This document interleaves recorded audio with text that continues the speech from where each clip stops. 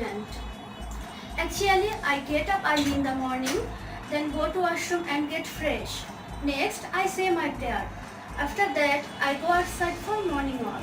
Getting back home, I have something food. Next, taking a cup of tea, I start my homework. Completing it, I get ready to go to my working place. In the evening, I usually visit around the village. Sometimes I try to play cricket. However, in the weekend, I make a tour. Getting back home, I have something food.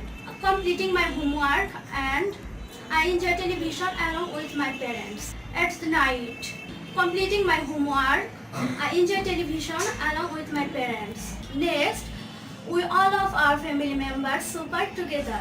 After that, I go to my personal room and my personal job. Next, I go to my bed and that's all. Speaking candidate, focusing brilliantly,